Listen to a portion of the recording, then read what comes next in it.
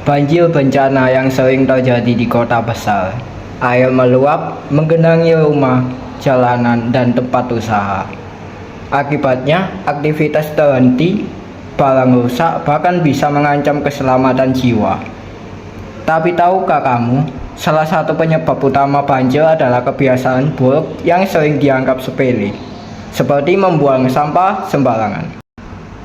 Lalu banjir bukan hanya soal genangan air, ini juga tentang mereka yang kehilangan tempat tinggal, kesehatan yang terancam, dan dampak ekonomi yang besar.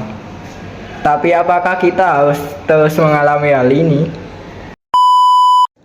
Tanpa disadari, kebiasaan kecil seperti ini bisa menjadi penyebab besar dari masalah yang kita hadapi.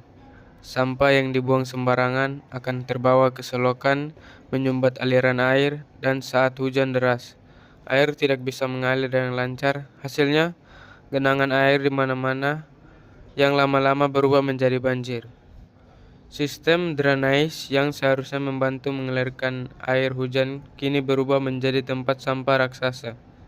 Dan saat hujan turun, air meluap membawa sampah ke jalanan dan rumah-rumah warga.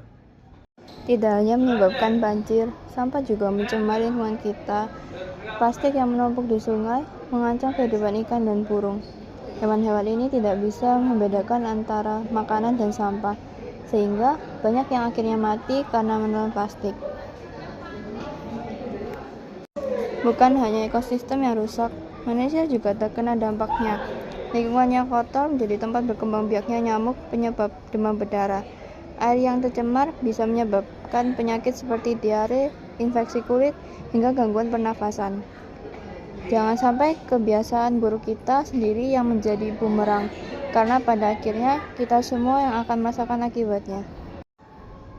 Lalu apa yang bisa kita lakukan? Mulai dari hal-hal kecil, selalu buang sampah pada tempatnya. Tidak hanya di rumah, tapi juga saat di luar. Pilah sampah organik dan anorganik agar lebih mudah dikelola. Gunakan kembali barang yang masih bisa didaur ulang, plastik, kertas, dan kaleng yang biasanya hanya dibuang bisa diolah kembali menjadi suatu produk baru yang bermanfaat. Kita juga bisa serta dalam kegiatan bersih-bersih lingkungan, gotong royong, membersihkan selokan dan sungai bisa membantu mencegah penyumbatan air sekaligus menciptakan lingkungan yang lebih sehat. Kita punya pilihan, apakah kita ingin terus hidup dengan banjir dan lingkungan kotor, atau kita mau mulai berubah dan menciptakan lingkungan yang lebih baik. Mencegah banjir bukan tugas satu atau dua orang. Ini tanggung jawab kita semua. Mari biasakan membuang sampah dengan benar, menjaga kebersihan lingkungan, dan bersama-sama menciptakan kota yang lebih baik. Oke guys, jadi itu edukasi yang bisa kita sampaikan. Sekarang kita mau coba wawancara beberapa orang di sekitar sekolah dan di luar sekolah. Di sini dengan siapa? Dengan saya Kenny, Dari kelas 11-1. yang pertama nih, bagaimana sih cara meningkatkan kesadaran siswa tentang pengolahan sampah? Ya mungkin dengan cara memilah sampahnya terlebih dahulu, kayak sampah organik itu dibuangnya di tempat sampah yang benar, tempat sampah yang khusus organik, terus sampah-sampah yang kayak makanan, minuman, terus plastik-plastik itu mungkin dibuangnya di tempat lain atau bisa didaur ulang supaya bisa digunakan kembali. Dengan siapa di sini? Sama saya Kevin.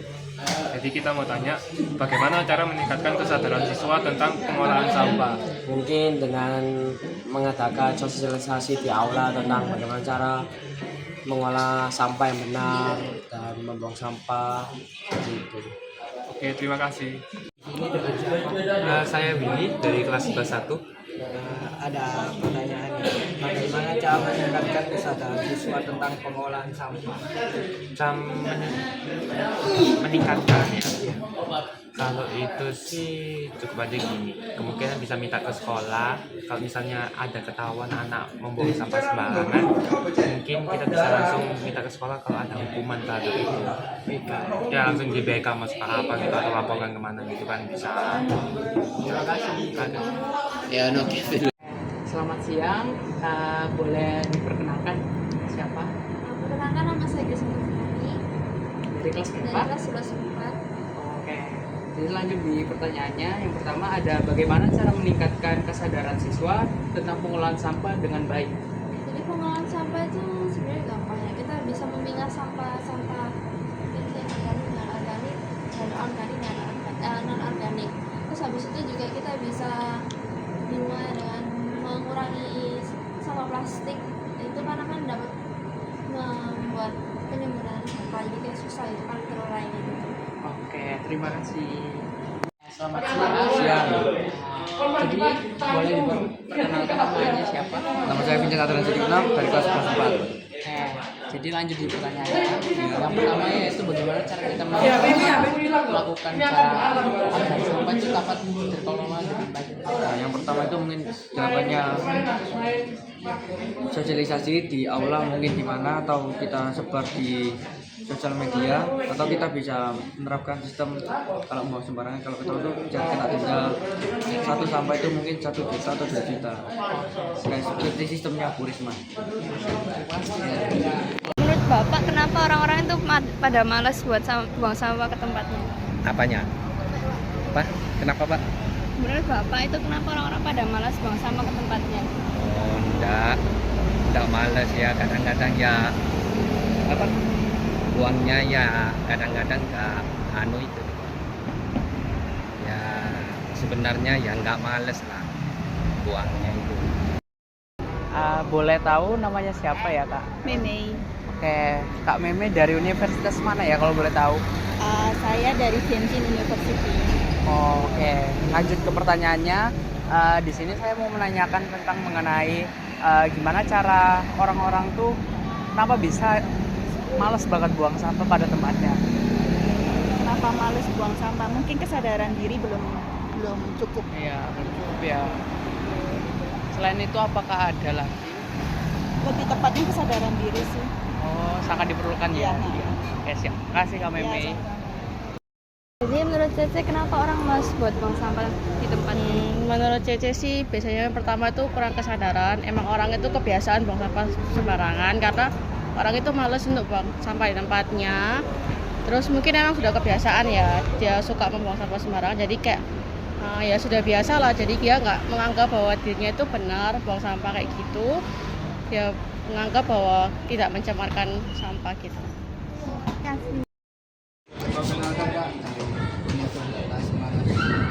Saya dari Universitas Institusi Teknologi Surabaya. Namanya Ferry Pangeran. Ya, ini ada pertanyaan.